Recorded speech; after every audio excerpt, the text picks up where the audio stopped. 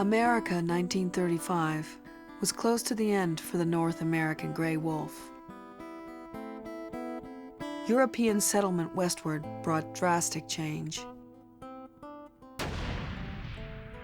Human slaughter of buffalo and depletion of other wild game deprived the wolves of their natural food source. Preying on cattle and sheep for survival, wolves became public enemy number one. A full-scale war on wolves ensued. An ancient species nearly gone in the blink of an eye. For 60 years, a void prevailed. Ecosystems deteriorated as humans and livestock multiplied. But the void was not only biological. With it came a loss of spirit. The public majority, recognizing the importance of wildness and diversity in their lives, supported the return of the gray wolf.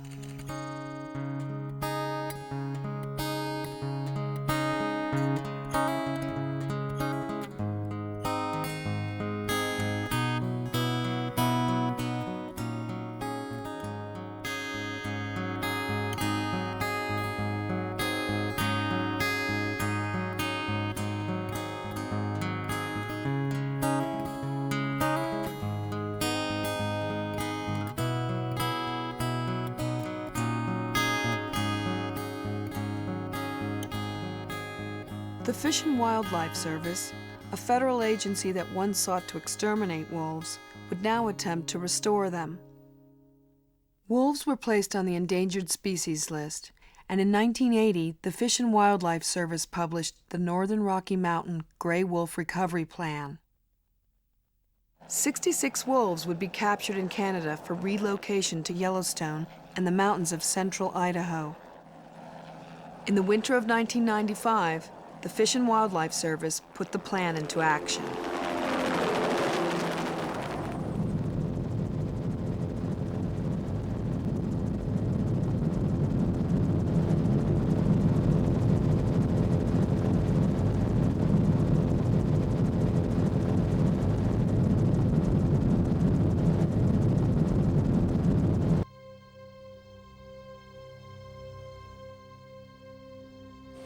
Get this dart out of me. We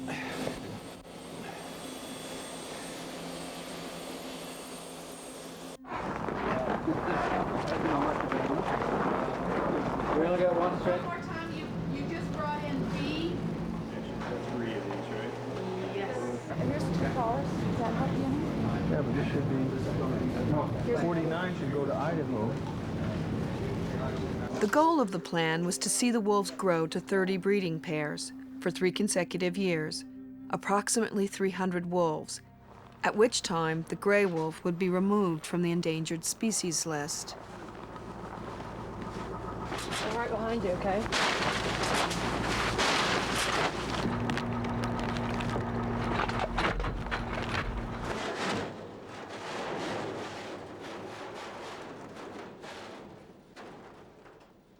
About what's going on here, but that could change very soon.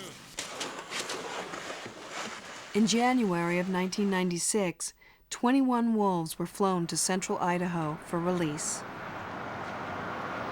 We welcome them back today, even though they have not been turned loose. But in that same sense, we ask the Creator that maybe they will be allowed to run free again, be a part of the creation for which they were intended. For each living animal, there was a purpose that they were put on this earth. Atiaya, thank you.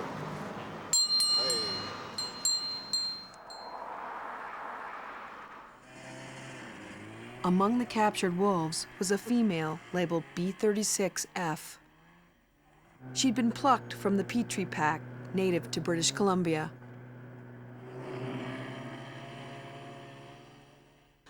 B36 was young, healthy, and nearly 30 pounds heavier than the average female wolf. She was exceedingly alert, full of vitality, and clearly had a strong will to survive. But would her will alone be enough to keep her alive? You might want to bring the noose in. He's fighting it.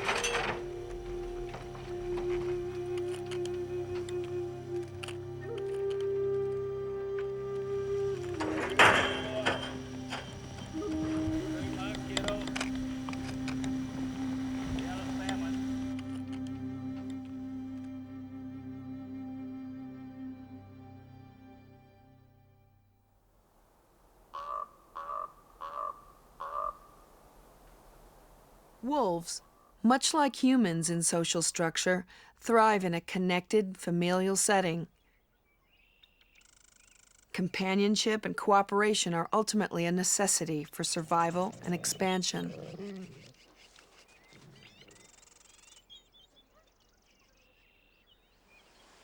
For months after her release, B-36 continued to baffle biologists with her uncharacteristic behavior. While most of the wolves released alongside her paired off to form packs, B-36 chose to wander the towering mountain ranges alone.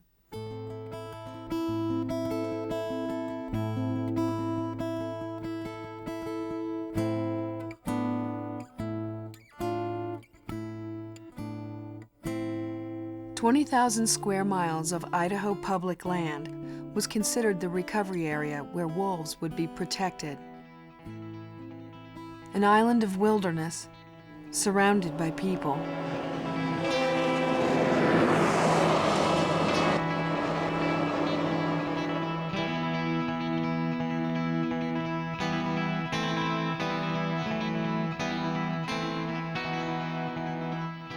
Ultimately, human tolerance of the wolves would determine the success of the plan.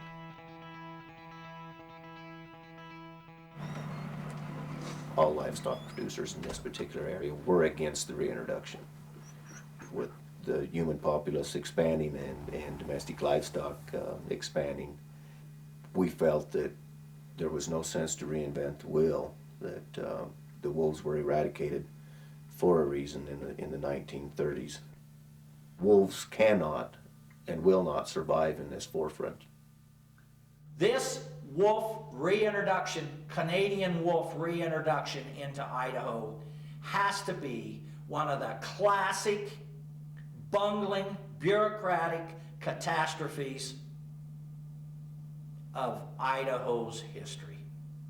When you have wolves killing Rocky Mountain bighorn sheep and you see one laying on the ground, that's $12,000 to $15,000. Wolves are man-eaters. You know, they'll take whatever they can. The experiment has failed. Get them out now. This is really an issue of land use and control over public lands in the West. We have these lands, they belong to all of us. They've been controlled and dominated by a tiny minority of the American people.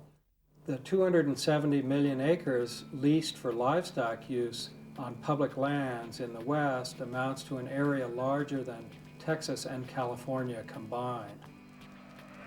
That area could be devoted to wildlife, clean water, and recreation if we got rid of the livestock.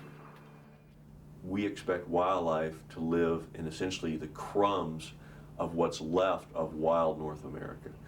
All the good land is in private ownership. Public land is public land because nobody else wanted it. You know, national forests and national parks, they're beautiful, but they're godforsaken frozen wastelands biologically.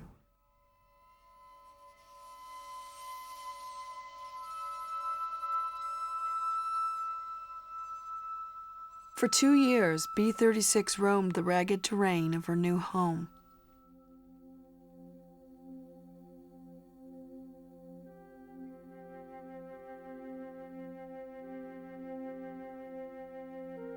In the winter of 1998, B-36 settled with the majestic male gray wolf. He was one of the few remaining wolves native to the western United States. Until then, he'd been living in Idaho undetected. Massive in size, he walked with a limp likely caused by a leg hold trap. Biologists dubbed him the Old Man. Within a matter of months, denned in the snows of the White Cloud mountain range, B-36 and her mate gave birth to a litter of 9 pups, forming what would become known as the White Cloud Pack. Theirs was the largest litter in Idaho since the reintroduction began, the perfect symbol of success for the $17 million recovery plan.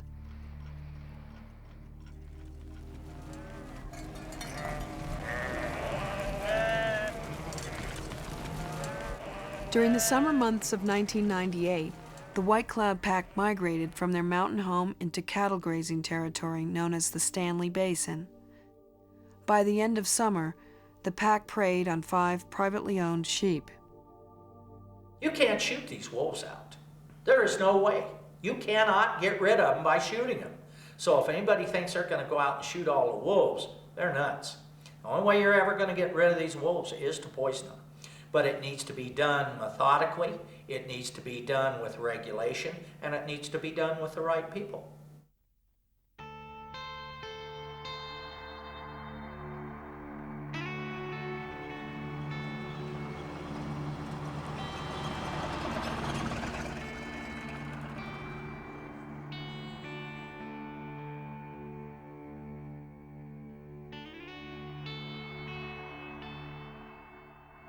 The plan is a zone management plan. A wolf area, a buffer zone, and a no wolf area. Basically, you can shoot him or Wildlife Services can shoot him if he's outside the recovery area. Bob, if they get out of their zone and they're not attacking cattle or wildlife, will you still trap them or dispose of them? Or do they get nailed when they're out of the zone regardless of what they're doing? In the no wolf zone, actually, they could be shot at any time. Okay, but that's south of Interstate 84. So if I want to run one out of the zone and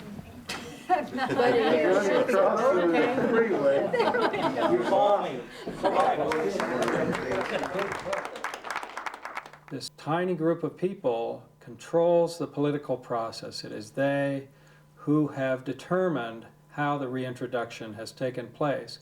And that is codified in what is called the final rule for wolf reintroduction. People were saying, you know, if I could just shoot one of those damn things, if I saw it attacking my calf, that'd be okay. And so what we do? In the rule, we tailored what the wolf population needed in terms of human tolerance with what people needed to be able to tolerate wolves. One of the first recommendations in that plan was to develop a wolf control plan. What would we do if wolves did attack livestock? In an attempt to appease livestock producers adversely affected by wolf depredation, the final rule called for the monitoring of all wolves in the recovery region. Biologists, veterinarians, and animal trappers were organized to capture the wolves, ear tag them, and affix radio collars as a means of control. Similar trap was used in Canada to catch the wolves that were brought here. They cast them where they don't close together. It gives the offset that gives all the bone and tendon room in there, but still secure the animal. They're about the size of my fist. Their leg and their entrance to their paw is about that size. And so we may have an opening there that's 1/10 the size of the paw of the animal. It's just a little bit, maybe 1/10 or 20% bigger. Wolves have been known to bite off their legs in order to escape from the traps. This is one of the most inhumane methods of capture ever devised. First time we find that we have a wolf in the steel, the first order of business is we ease in and restrain the animal with a release pole. Our presence there causes the animal to want to really leave, so it's actively fighting harder with the extra adrenaline pumping when we show up on scene.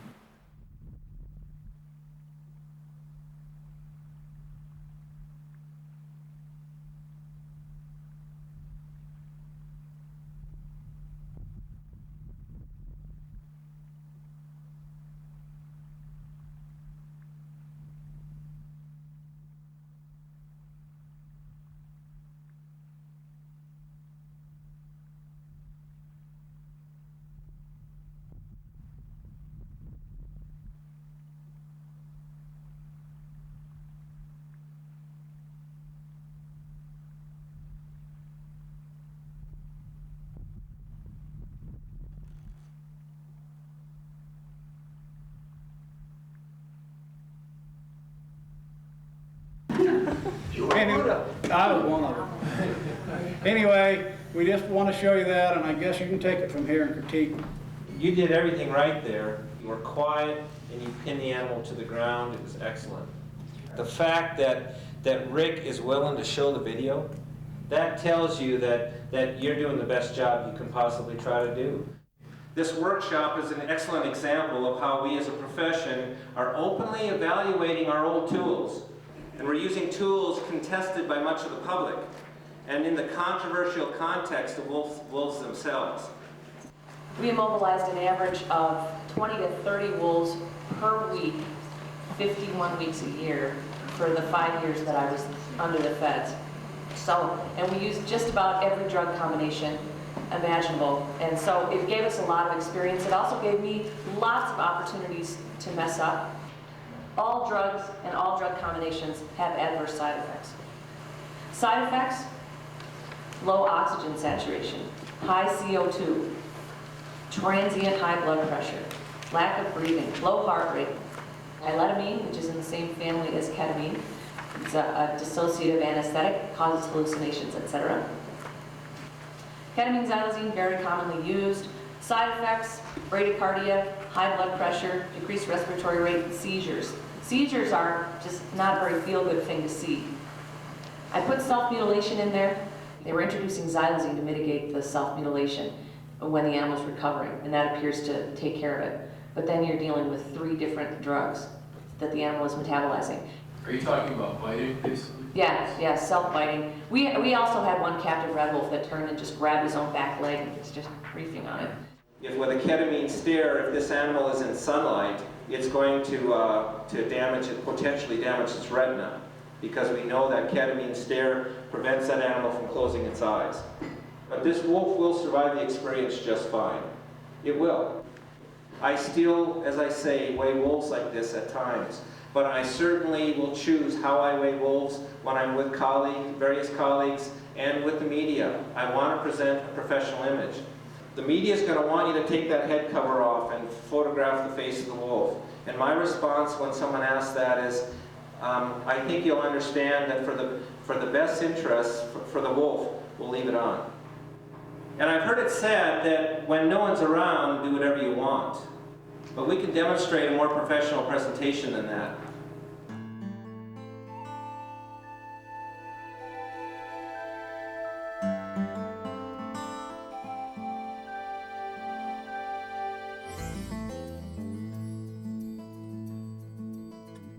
In the spring of 1999, B36 gave birth to her second litter for a total of 7 pups. Within a month, the pack preyed on 2 privately owned calves. As a result, the Fish and Wildlife Service captured and collared 2 of B36's yearling pups from her first litter. The 2 pups were relocated hundreds of miles away in the central Idaho wilderness.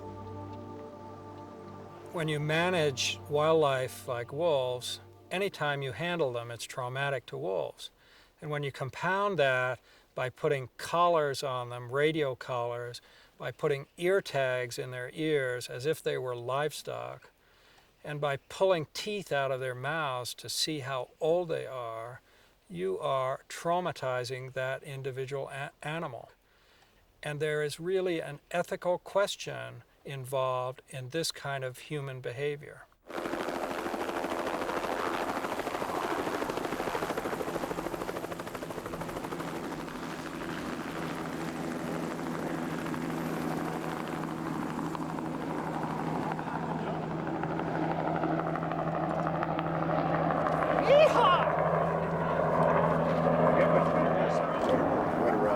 What a rush. I mean, fantastic. Got the alpha male? I don't know. I don't even know where we were. The steepness helped a lot today because they tired very quickly when they're going uphill. And yeah, when we took off, pilot said we had about 15 minutes of hunting time, and then we had to stop and take a break. And is that what he's looking for? Yeah, and I was see what his teeth look like here too.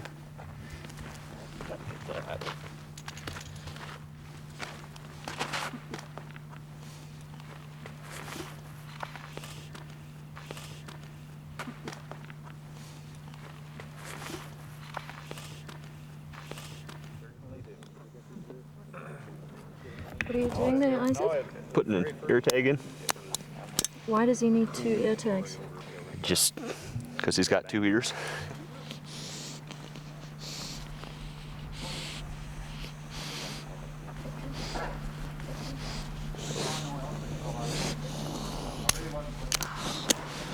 That's a whole nother chapter.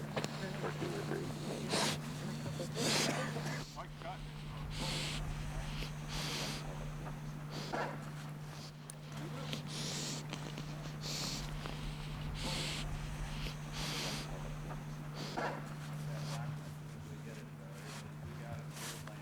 Yeah. Hey, Mark. Hey, Mark. But you're legal, only one at a time. Isaac, why is he still struggling? He's been dosed the second time, right? Yeah, well, actually, that's what it is. He's not struggling. That second dose is ketamine, and it's a little bit more of a rigid drug. That one I bumped with ketamine because its head was still up. Can you hold it? Or here, just hand me my. Yeah, you're gonna have your hands full there, so I would. Tie them up good too, and then just they give in. You put 10 pounds of meat in him, he'd be 120 pounds. Right? So we've well, some of those down in your place. Some of those down in your place.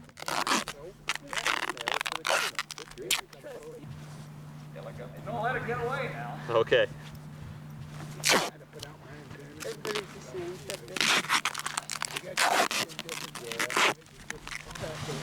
You got some circulation in his legs? So.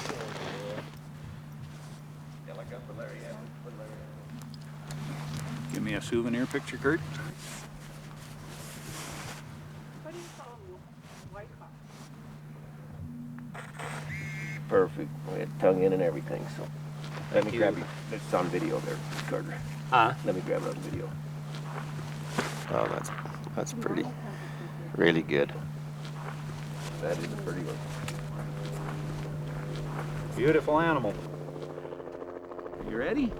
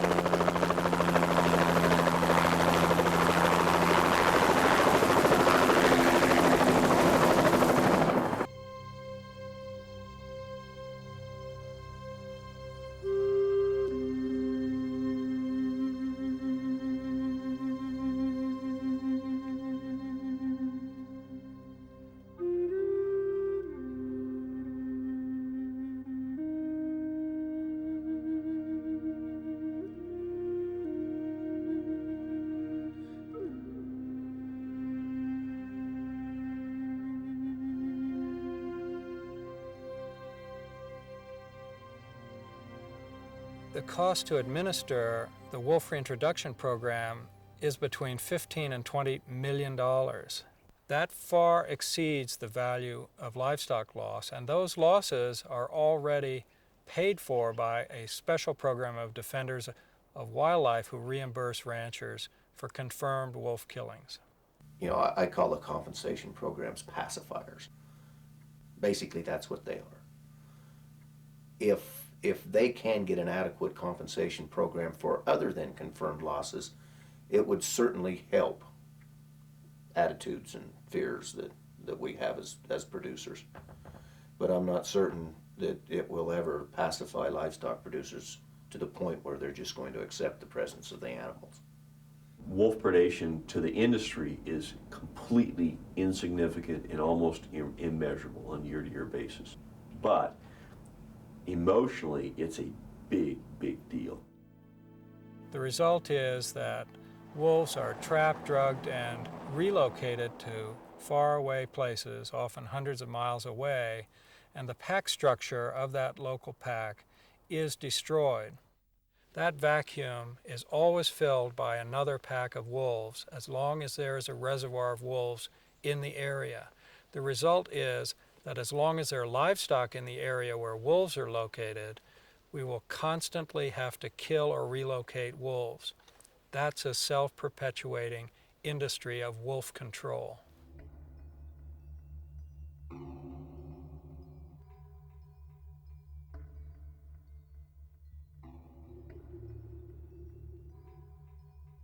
In the spring of 2000, the White Cloud Pack preyed on 2 calves owned by a local ranch. The Fish and Wildlife Service took immediate action. B-36, the old man, and 3 pups were captured.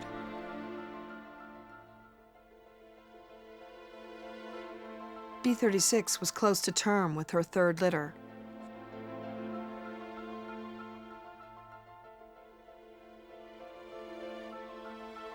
The old man, B-36, and 2 pups were relocated over 100 miles north before being released in the Lac Saw River area. The last of the captured pups was collared and released on site in hopes that she would lead the service to the remaining orphans of the White Cloud Pack. She was given the name Judas Wolf.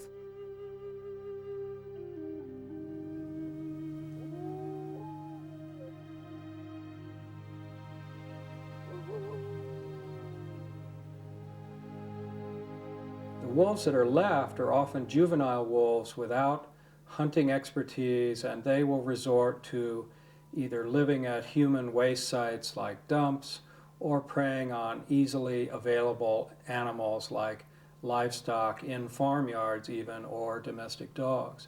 This is a direct outcome of our attempt to manipulate and control wolf pack structure, and that's a terrible mistake.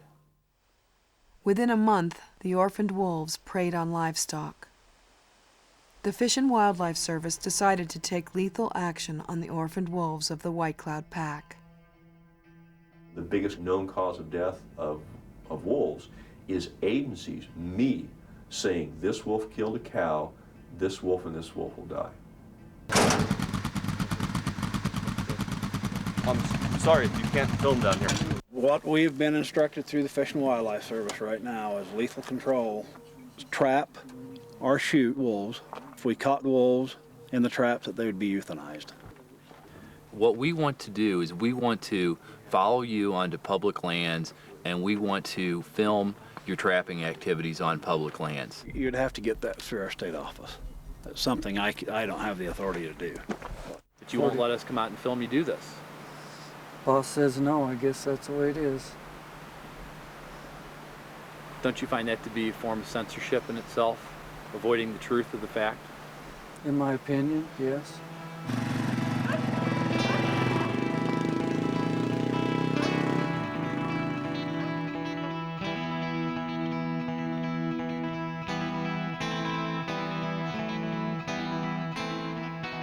The service is going to kill wolves as a first resort in many instances, simply because there's no place to put them, and it's cheaper and it's more effective. As the service had hoped, the collared Judas wolf had rejoined her siblings and betrayed their location.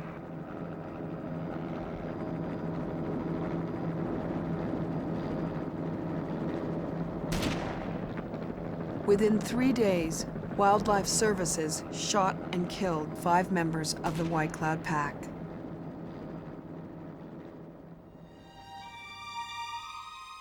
Only 1 wolf escaped. Judas Wolf was the last to be killed in what an outraged public called the Easter Week Shootout. After collecting the carcasses, Wildlife Services discovered one of the dead was B-36's mate, the old man. In a matter of days, the old man had limped his way back over 100 miles to reunite with his pups.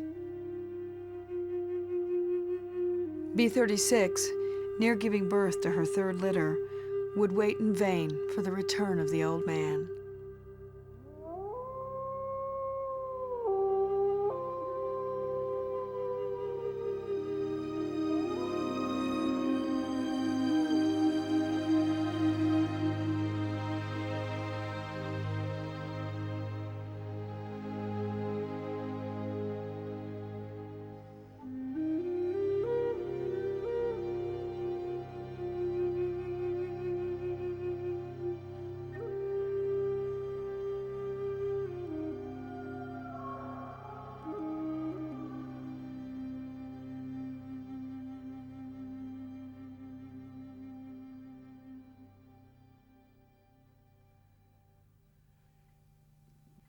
I support the theory that animals have a right to exist, but I do not support the theory that animals have the first right to exist. Again, I'm a realist. I know as the human populace continues to expand, habitat deteriorates, and some species are not going to be able to survive. We lost the dinosaurs. We are going to lose other species. And I can't see saving a species overrides saving a human's ability to survive in an environment that he or she wishes. Without livestock, especially on public lands, we as human beings have virtually no conflicts with wildlife of any kind. Livestock are the problem. And for heaven's sakes, there's plenty of livestock in the world, but there are not very many wolves in the world anymore. If we need more livestock, we can go to Texas. There are plenty there, especially if you just want to see them. We want no wolves in Idaho. Hear me loud and clear. No wolves. The only wolf we want in Idaho is in the zoo in Boise, one neutered. Biologists searched in vain for B-36 and her imperiled pups. A grieving public was beginning to lose hope that she had survived her ordeal. Finally, after a 3-month search, she was located in northern Idaho with 2 surviving pups from her most recent litter. 2 months later, the Fish and Wildlife Service relocated B-36 for a 3rd time after finding her near cattle grazing allotments in Montana. During the following hunting season, B-36F was reported missing.